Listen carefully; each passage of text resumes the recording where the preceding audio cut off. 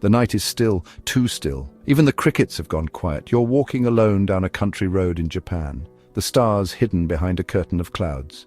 Then a faint sound, clink, clack, metal on bone, soft at first, then louder. You turn, expecting a person, but what rises from behind the trees isn't a man.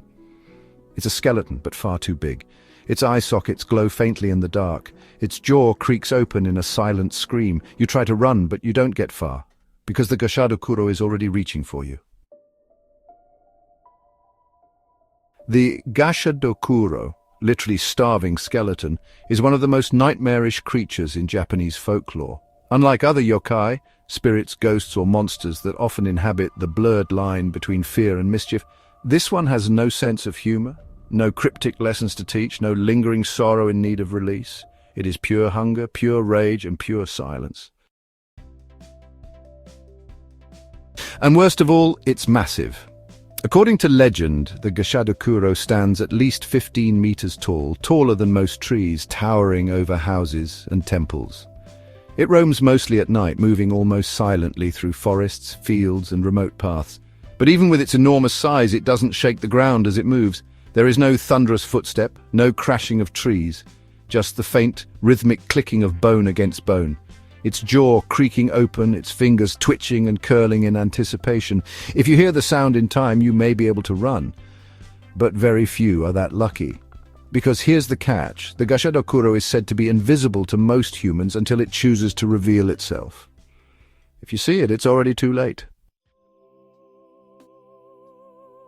The legend is particularly terrifying because of where the creature comes from. The Gashadokuro isn't made from one person's bones. It's made from many. Countless. It is the physical form of mass death, the bones of soldiers left rotting on battlefields, the bodies of peasants who died from famine or plague and were never buried properly, the victims of disasters who are forgotten by the living. According to law, when these restless, bitter souls are denied peace, they merge. Their rage becomes one. Their bones fuse into something too large to ignore and too furious to forgive. The Gashadokuro rises not just as a monster, but as a memory that refuses to be erased. It doesn't hunt to survive. It doesn't need blood or sustenance in the usual sense. It crushes humans because it resents them. It hates the living for their ignorance, for their forgetfulness, for letting them die alone and unburied. And when it finds a person walking alone, especially at night, it strikes swiftly, without hesitation. It grabs its victim with its bony hands, giant, sharp, skeletal claws, and lifts them high into the air. Some say the creature drinks the blood of its victims before dropping the lifeless bodies.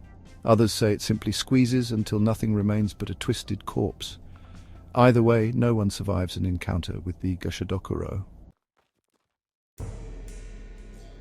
But it doesn't attack groups, only those who are alone, those who won't be missed right away. A solitary traveler, a farmer returning late from the field, a student walking home after dark. The creature knows when to strike and when to vanish without a trace.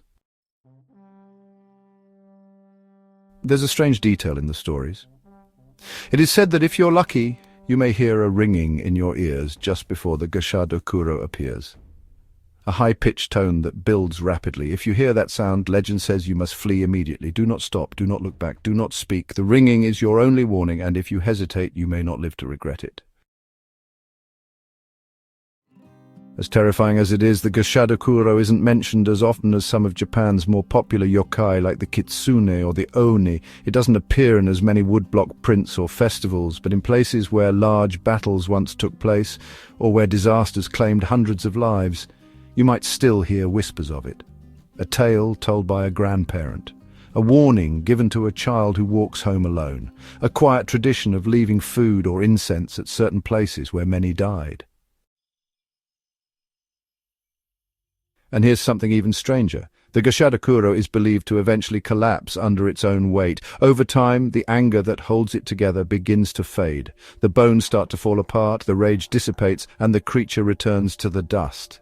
But this process is slow. It can take years, decades, even centuries, and until that day comes, it wanders. There are no rituals to destroy it, no spells to send it back, no amount of prayer or talismans can protect you if it's already found you.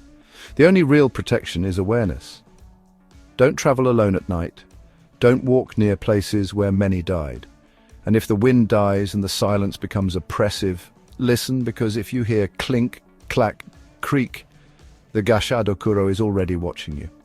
It may not want you in particular, but if you're alone, you'll do.